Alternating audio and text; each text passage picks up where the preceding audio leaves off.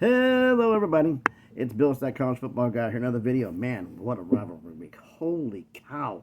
We had so many great games, didn't we? Just nonstop, all week long, back and forth games that decided conference championships, teams that should have won that didn't. Oh, just everything. Hell of a week. Um, but we need to get into this, don't we? Because we got some time to get to. So first off, this is the recapping week 14 rivalry week.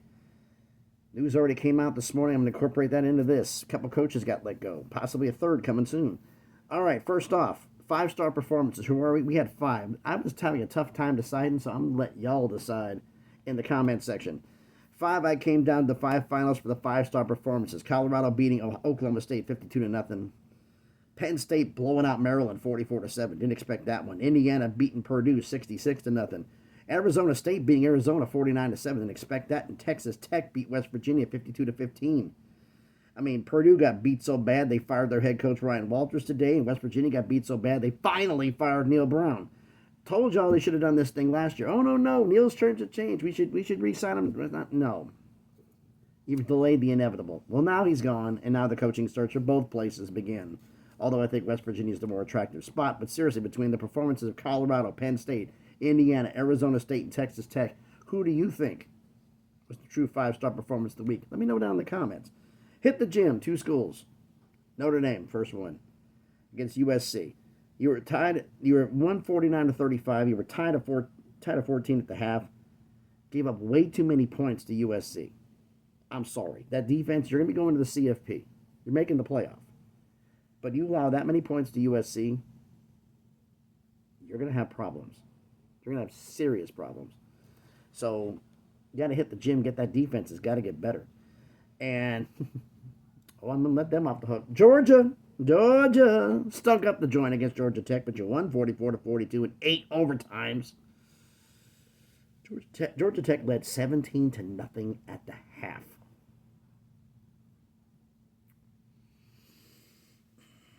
Definition of mailing it in. As someone has brought out, many people actually sent to me all the places, that the starters who run this team now, the juniors and seniors now, are the freshmen and sophomores who won the national championships.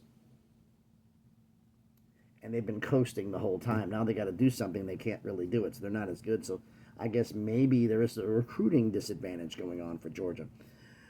But Georgia should have manhandled Georgia Tech, and they didn't. Got to hit the gym. That defense has got to get better, or you are going to have problems. Hit the gym. Now, as for what the blue hell, only two. First one, Miami losing to Syracuse 42-38. You led 21-14 at the half. You had a trip to the ACC championship game on the line, and you blew it. You blew it. Syracuse, no shot to go in the ACC championship game, ruined yours. Now Clemson slides into your spot in the ACC title game.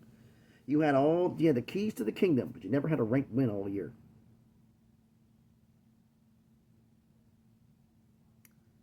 Fool's gold for Miami. What the blue hell? And of course, the worst for last. Ohio State getting clowned by the Michigan Wolverines 13-10, tied at 10 at the half. You only could score 10 points. Couldn't score in the second half against Michigan. Doesn't matter if Jim Harbaugh not there. Doesn't matter if Connor Stalions on there. Michigan owns you. That's why I said on Twitter, on X, and I'm saying it now. The Michigan Wolverines, Ohio State Buckeyes, the Ohio State Buckeyes are now the property of the Michigan Wolverines. So it's probably changed to Wikipedia already. But I said this on X, and I say it now. Michigan owns Ohio State except for the initials, OSU. Oregon State owns those because they won a conference championship, even though they beat Washington State, a ranked team at the time. You couldn't beat Michigan. And as so many Ohio State fans have told me, and it's been all over the place, if you couldn't beat this weak Michigan team, when the hell are you going to beat them? Next millennium? Double digit wins in a row for Michigan before you finally figure out what to do anything.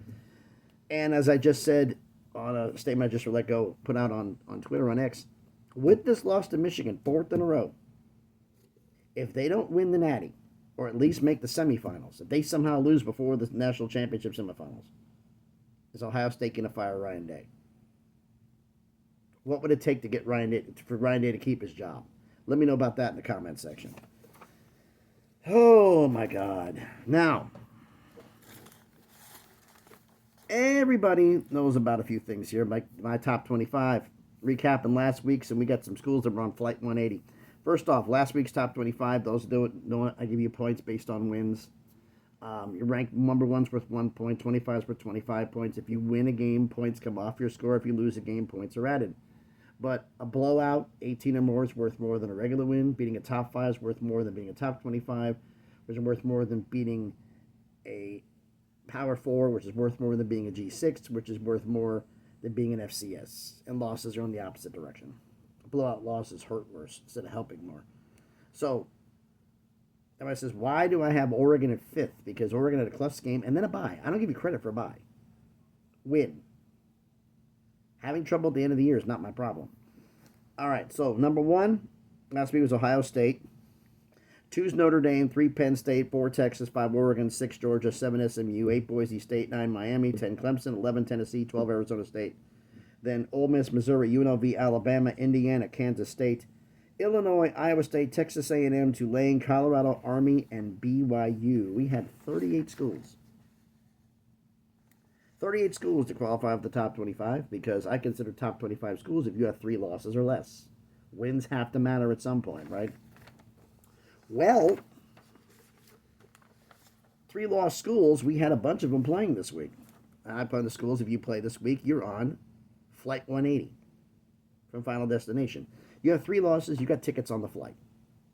If you win, you get off the plane. If you lose, your season when it comes to the top 25, it's reached its final destination, but you have one last chance, and I'm going to get into that. First off, we already know what the last week's poll was. Number 1, this week, climbing 2 spots with their victory over Maryland is Penn State. Texas climbs 2 spots to number 2. Down 1 spot to number 3 is Notre Dame. Up 1 spot to 4 is Oregon. Up 2 spots to 5 is SMU. Holding at 6 is Georgia. I didn't vault them up. There's a point to do that. By the way, we had 4 schools climb for biggest climb of the week and 3 tied for the biggest drop. Biggest climb, up 4. Biggest drop, down 9. 3 of them got it. You can pretty much guess who it was. Up 1 spot to number 7 is Boise State. Up 4 spots, tied for biggest climb, Arizona State to number 8. Up 2 to number 9 is Tennessee. Down 9 spots. This is points math. This is not abject opinion. Because I think this is a little bit more fair than opinion on this.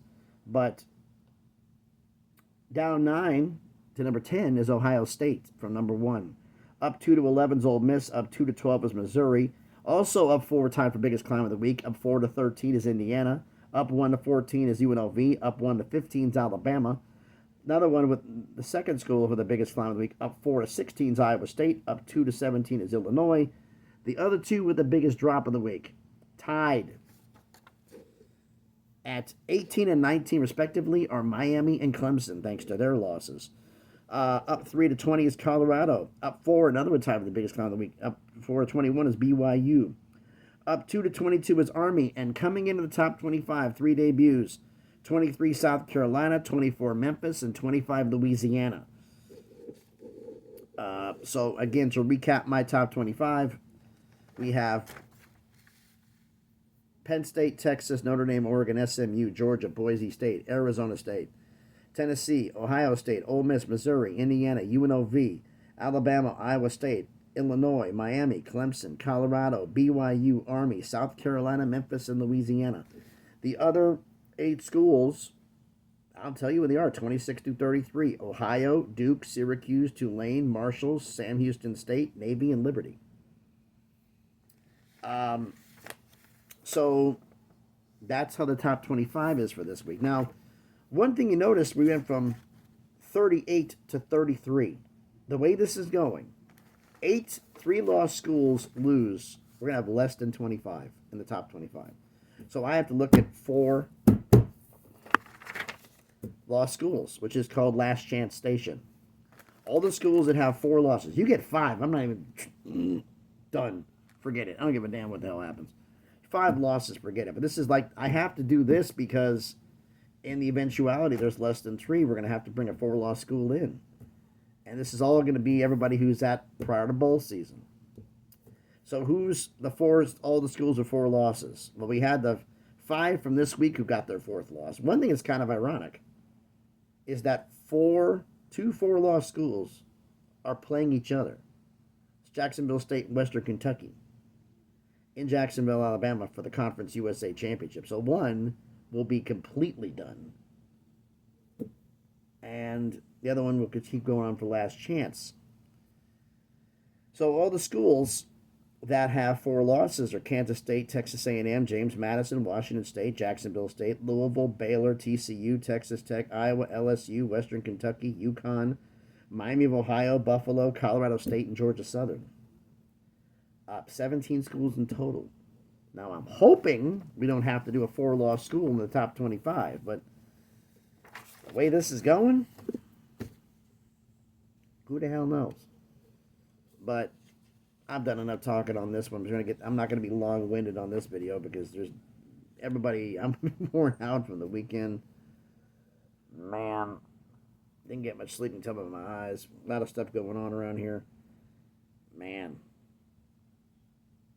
we're going to see more schools getting canned here and firing their head coaches, and the coaching carousel is going to be heating up.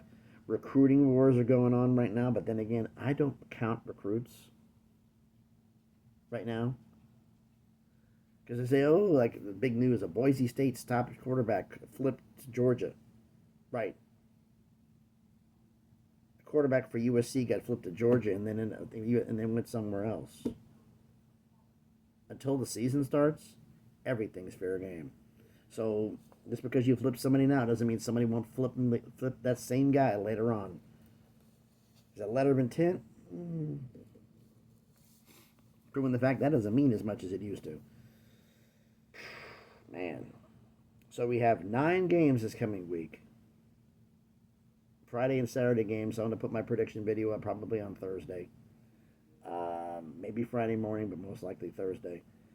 And we got some other stuff we got to get into during the week. But that's neither here nor there. But I've talked long enough. Why don't you check out everything? Check out the video. Let me know what you think about all this down in the comments. So thanks everybody for watching. If you haven't done it already, do me the favor, smash the like button, hit the thumbs up. It helps the algorithm. It does help the channel grow. Lets YouTube know, hey, pay attention to us. Comment on the video. I've already told that one. Share the video if you want to. And if you like the video, check out some other ones I've done. If you like them, hey, subscribe to the channel. Really would appreciate it, trying to get this channel to grow. If you want to follow me on the craziness that is Twitter, that is X, the link will be in the description. Man, craziness. Only 9 games, regular season over with. Man, I'm happy. I always wear my Vols hat, but I'm happy because, I mean, it's so Tennessee thing to do with they would have lost to Vanderbilt, and then it would have been 9-3, and there's no chance of making the playoff. But they won, they're 10-2, and they're in. Indiana, even though they're this far down on my poll, they're 11-1, they're in. They're not in the Big Ten championship game, but they're in. Tennessee's in. And we do know one other thing. That because of Tulane's loss, we do know regardless of what happens, the Mountain West Conference Championship game between Boise State and UNLV in Boise at Albertson Stadium will decide who gets the G5 spot. Because UNLV, even though they're the second team, are above everybody else. The Mountain West Conference, that championship game can decide who goes to the college football playoff. So that's a playoff game, not only a conference championship game. So that makes that more interesting, and I believe that game is on Friday. So we'll find out about that one. So, what a day. All right, I've talked long enough. I hope everybody's having a great Sunday. I got to get more stuff done. So I got to get out of here at 5 in the morning to start my run. So, thanks everybody. Hope everybody's having a great Sunday. Be safe out there, and please be good to each other.